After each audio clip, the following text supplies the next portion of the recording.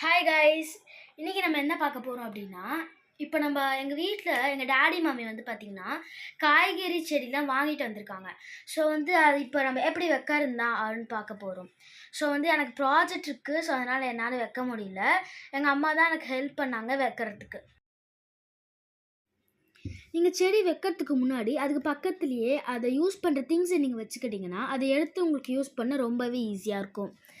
So அப்புறமா நீங்கள் gloves போட்டு நான் வேலை செய்ய போகிறேன்ப்பா அப்படின்னா நீங்கள் போட்ட க்ளவுஸை நல்லா கழுவி காய வச்சுருங்க.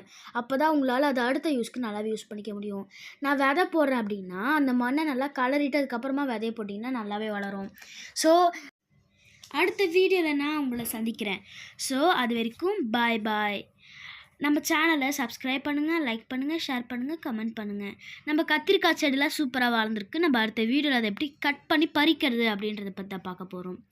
ஸோ அது வரைக்கும் நம்ம சேனலை சப்போர்ட் பண்ணுங்கள் கைஸ்.